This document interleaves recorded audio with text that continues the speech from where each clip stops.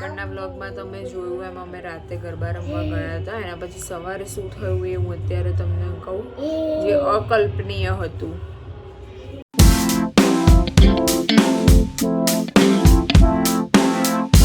તો ગાઈઝ આગળના બ્લોગમાં તમે જોયું એમ અમે ગરબા રમવા ગયા હતા રાધેવન મંડળી ગરબામાં.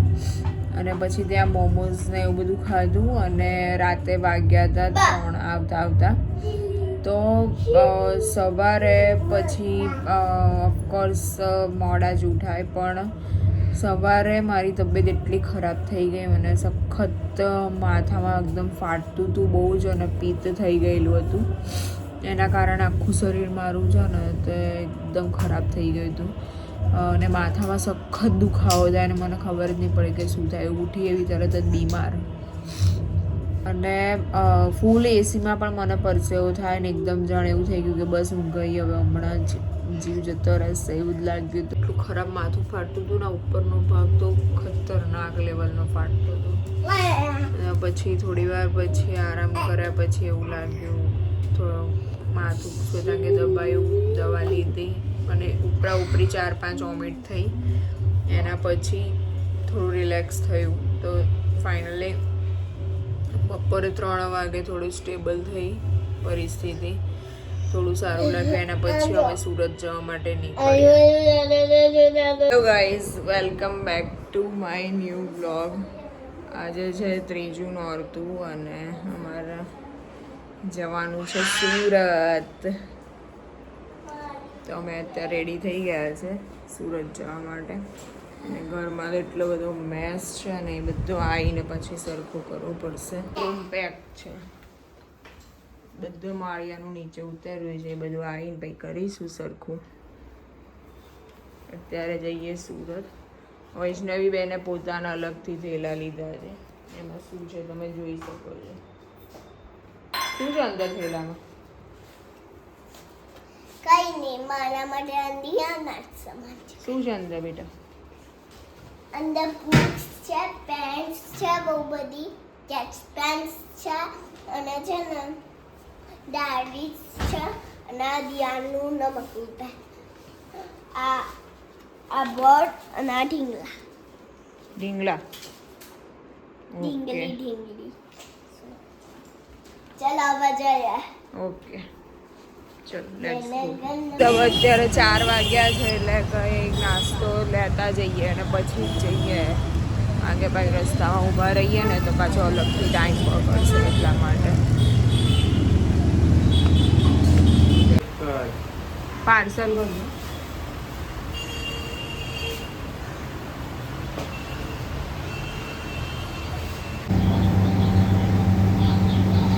આપણે નાસ્તો લઈ લીધો છે અને આ લોકો અહીંયા વેઇટ કરે છે. ગાડીમાં બેસીને જ ખાઈએ. હવે નીકળી ગયા છે. હું અને દિહાન પાછળ બેઠા છે અને વૈષ્ણવ અને ડેડી. અને આપણે નાસ્તો લઈ લીધો છે, હવે કરીશું થોડી વારમાં. Let's go to Surat. અમે પહોંચી ગયા છે સુરત. હવે નાની રિએક્શન કેપ્ચર કરીશું. દિહાનને જોઈને શું રિએક્શન છે વૈષ્ણવી અને દિહાન. 6 કલાકથી ગાડીમાં હતા, ટાયર્ડ ટુ મચ.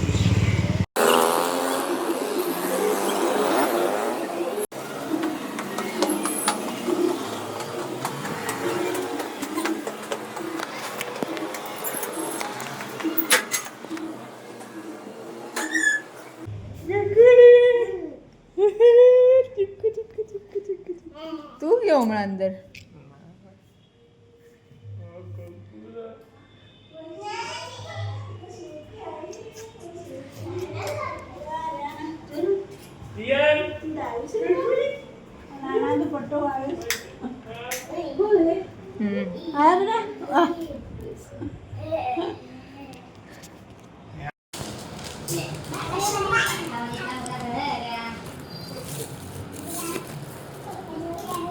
અહીંયા કચુંબર બહુ આપે.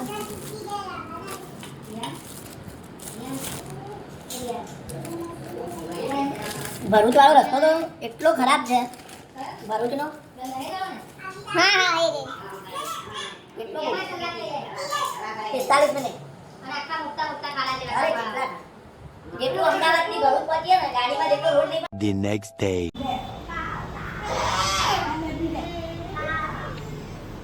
જા પી લે આવા જલ્દી. ભાઈ બોર્નવિટા કિશન ભાઈ તું આવે એટલે બોર્નવિટા લેતો આવજે. 5 વાળી પડીકી આવે છે. 5 વાળી 3 પડીકી લેતો આવજે.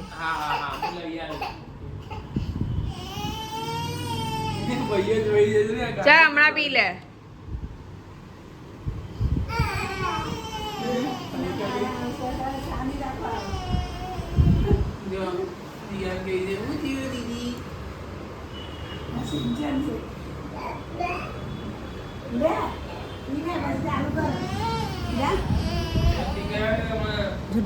લે ચાલ ચાલ લે પી લે એટલે ફટ દઈને ચાલુ કરી દે જીના મામા લે. તો નહીં કરું નહીં જોવું હોય તો કઈ નહીં જોવું છે તો સીધી બેસ પહેલા સીધી બેસ. Hello guys good morning. તો સવાર થઈ ગઈ છે સવાર બહુ લેટ થઈ છે 10 વાગે ઉઠ્યા અને અહીંયા દિહાન નાની સાથે ઝૂલા ઝૂલે છે.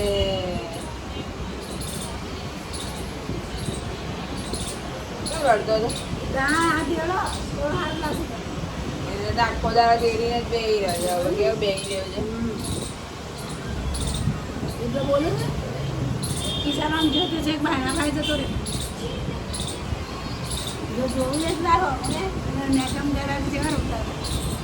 ગાઈસ સુરતમાં તો વરસાદ છે રાતે પણ હતો અને સવારે પણ.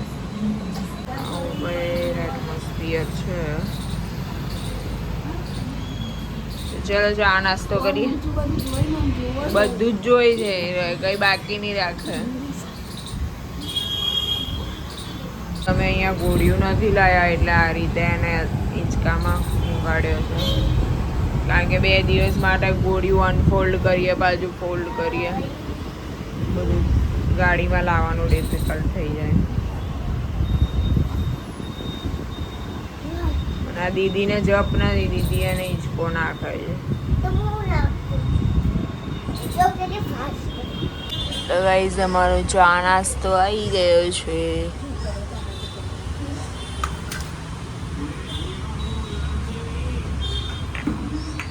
આજે અહીંયા બાલ્કનીમાં બેસીને ચા નાસ્તો પીશું અને વ્યૂ એન્જોય કરીશું સુરતનો.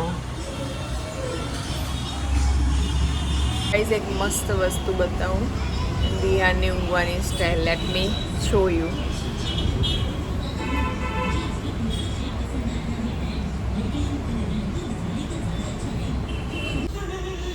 નાના આવું તો નાની નાની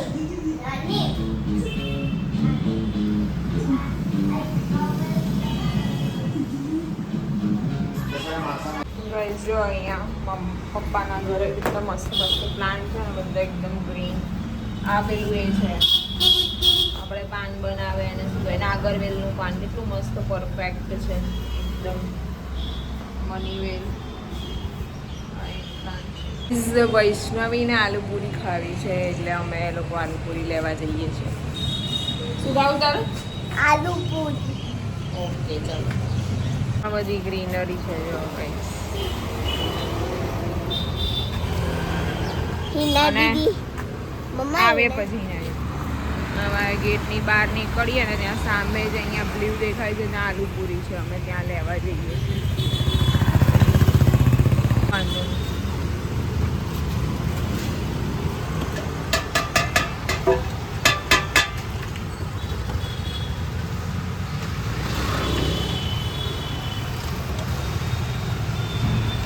પોલીસ ઓફિસર છે બધા કેમ પોલીસ વાળા છે એટલે હાઈટ પડી જાઓ.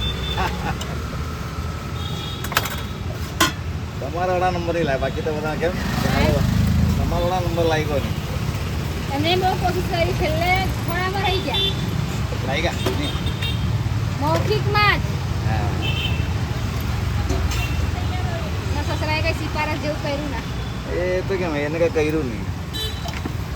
એની દુનિયામાં જીવા કોશિશ કરતો થઈ જતા કેમ બધા હેડ બેઠા હતા ને એટલે નહીં થયું બધું. હા એ તો આજકાલ તો હા બધું એની પર થઈ ગયું હવે કમ્પ્યુટર પર થઈ ગયું બધું હવે વિશ્વાસ નહીં ચાલતા આપણે ઓળખાણ નહીં ચાલે હવે નહીં ચાલે.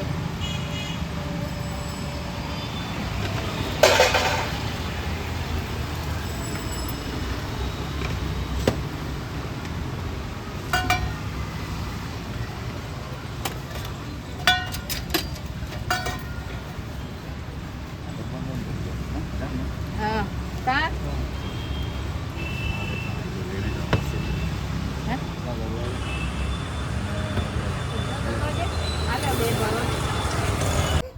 મમ્મા એ પેલી મેમ ઊભી હતી નીચે એ પપ્પીને ચોટી બોટી બાંધી નવરાઈને છે ને કપડાં પહેરે એટલે ક્યુટ લાગતું હતું ને કે મને નમાડવા મન થતું હતું. કયા કલરનું? બ્લેક અને વ્હાઈટ ઓકે. અને એના એક જેકેટ બી લીધા છે અને ઠંડી લાગશે. પછી પછી કઈ ઓકે. એના માટે ખાવાનું ડીશ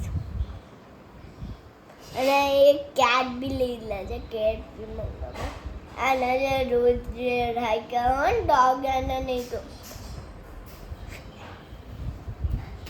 આજે લંચમાં છે પૂરી, શ્રીખંડ, કઢી ભાત અને મગની દાળ. પહેલાં આટલું લીધું છે પછી બીજું. અને વૈષ્ણવી બેન અહીંયા શ્રીખંડ ખાય છે, શરદી થઈ છે તો બી અને નાની ત્યાં ખાવા બેઠા છે. વિહાનભાઈ અહીંયા ઉભા છે. એના લીધે મારે આજે અહીંયા જ આખો દિવસ કાઢવો પડશે આ વ્યૂમાં એવું લાગે છે.